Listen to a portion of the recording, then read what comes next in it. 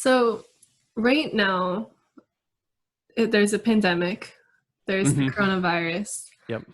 and uh, I was wondering, how do you think that this everyone staying at home is affecting podcasting in the way that it is now? Yeah. It's I'll start by saying that all of this is just everything I'm about to say is just my personal observation, and the world is massive, and there's so much going on. It's a huge problem, and it has a huge impact. So it's going to affect a lot of people differently. I'm fortunate enough to not know anyone currently that's like really affected by this directly. I know some people that have lost jobs. I know people have died, but no one in my immediate circle has either gotten very sick or died from this, and I'm thankful for that. And I'm concerned because I know that that might not be the case forever, and that is life, right? Like we're all going to pass away someday. If it's not this, I could walk outside and get run over by a car tomorrow. It's like who knows. Um, with that caveat being said, I do think more people are staying at home, but I think their attention right now is going to the people that they care about, to the people that I hope that they love, that might be affected by this, or just they're spending a lot of time paying attention to news, paying attention to loved ones, paying attention to what is the solution for this problem that we're all facing, this pandemic. Like how do we get through this? How do we get out of this? um, there's going to be some people whose listening habits are totally changed by this. There'll be shows that they still listen to, there'll be other shows that they don't. Hmm. There'll be lots of people who are laid off of work, but there's also going to be lots of different type of work that they could go do instead. So like there's this shifting, there's this turmoil, everything. I feel like I feel like this has just dropped a nuke on the way that we've all been living and the way that society has been working, and it's just kind of like reset everything. Not maybe nuke's the wrong word, but like it's a massive reset button, and Yeah. we're looking around at the way everything was done and going like, what if life was totally different? What if I no longer had this job? What if I no longer had these social circles? What if I no longer had these Yeah. habits? What if everything changed? And it's really challenging. And so I think there's challenges, there's opportunities. And I think the important thing is to take care of yourself and your sanity and your health first. And Hmm. then if you're in a position to help other people, help them. Find out what you can do, find out what they need. If you need help with something, if you're really feeling stuck, or you're in a bad spot, reach out to the networks that you've created. Reach out to people. You may only know 4 or 5 people, but those 4 or 5 people each know 4 or 5 people, and like we're all really connected. And it breaks my heart because I so often see people kind of suffering alone, when I know there's people out there that want to help and that are able to help. So like I've been saying, like, if you need help, ask for it. If you can give help, give it. And that's how we get through this. And the important thing right now is um to realize that if you need to take a break, if you need to disconnect, if you just need to relax and read a book or escape for a while, then that's great. You don't have to podcast. But if you want to podcast, do it. Like, tell your story, tell the stories of other people around you, talk about what it's like. That's what it's always been. As someone who makes a podcast, you probably know a lot of other people who are podcasting, and so you're seeing like everyone else is doing this. I feel kind of weird. I don't know if I should speak up right now, but podcasters are still the minority. Um, most people are not creating podcasts. Most people are not having these long form conversations and putting them out into public.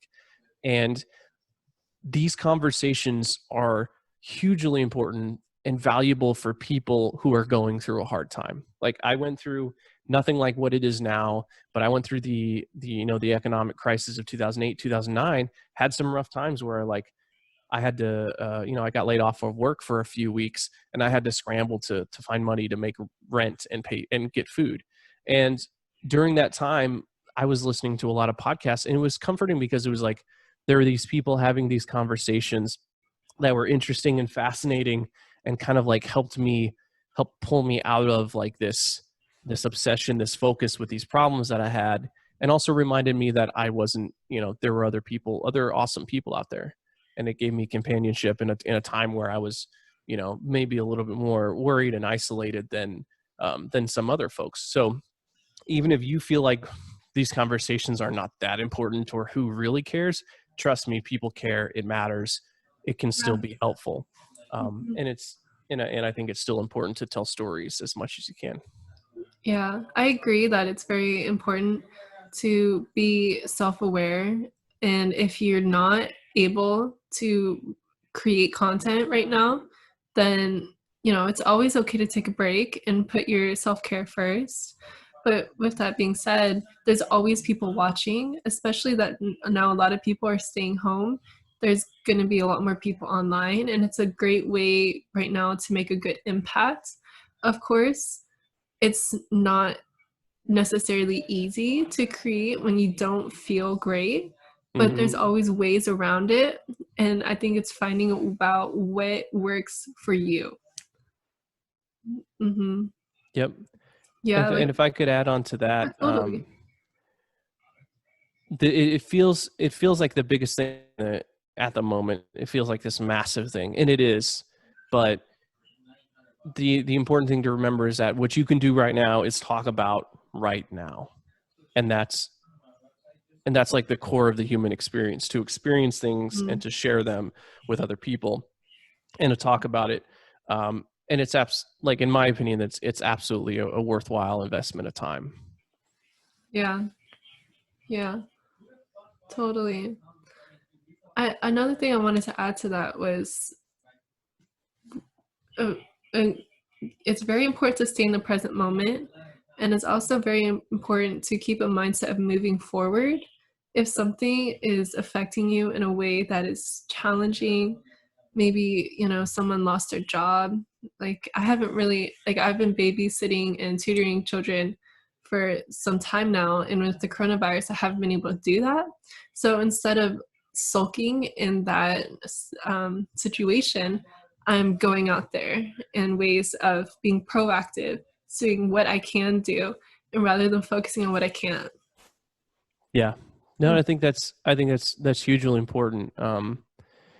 Yeah, it's like that situation. My roommates are in a similar situation, and I know people that are in a similar situation. Like we're all adjusting, and everyone's trying to figure out what's going on, and who needs resources, and how do we get back to some semblance of normal, and how do we minimize the harmful effects of this virus. And um you know what is not really helpful, and I'm guilty of this, is going out and talking about how terrible everything is and how everything is falling apart. Like, that doesn't really help anyone. But if you can go like, hey, everyone, I'm here, I want to help, what's going on, what are you seeing, what do you need help with, what can I do, that is helpful. And that is I think how we get through this. So Mhm. I try to remind myself, because I find myself going into worst case scenarios a lot. Just, I think that's natural. As humans, we're trying to avoid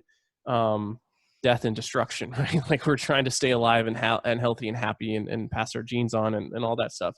Um, so like, reminding myself, like, okay, all this doom and gloom and the world's coming to an end, and it's this person's fault, and if only we'd have done this. That's not really helpful right now. It's like, what can I do to help? Who needs my help? um am I in a good spot, mentally, emotionally, Yeah. physically?